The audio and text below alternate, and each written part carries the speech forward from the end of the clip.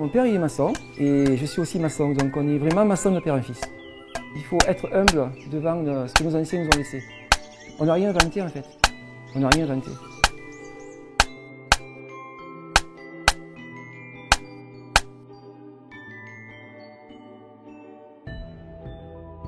Cette maison c'était une ruine.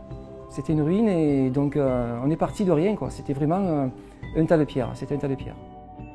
Quand on a commencé les travaux, on ne s'attendait pas justement à recevoir tant de voyageurs. C'est qu'une bergerie au départ, hein. C'est pas un palace, c'est une maison qui accueillait les animaux, c'était une bergerie, c'est pour les moutons. Maintenant, voilà, ça accueille des hommes, ça accueille des hommes et puis on en est fiers, quoi.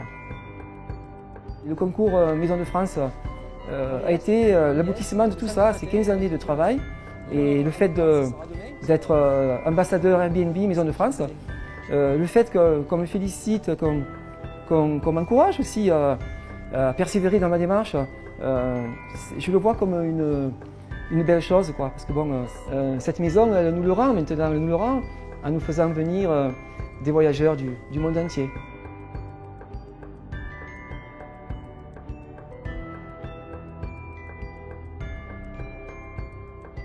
Nous prenons le temps avec nos voyageurs de faire le tour de la région et nous les menons dans des endroits qui valent le coup d'être vus.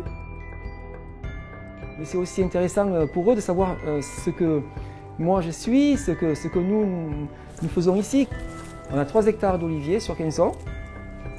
Donc durant leur séjour, on essaie de les éduquer pour justement qu'ils puissent savoir ce que c'est qu'une vraie huile d'olive. On fait goûter aussi les tomates du jardin avec l'huile. C'est vrai que bon, ça va bien ensemble, quoi, avec une pointe de basilic dessus.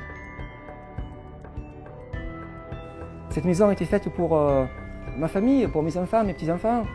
Donc on voulait un lieu de rencontre, un lieu où on pourrait se retrouver tous et le pari est gagné, quoi, le pari est gagné.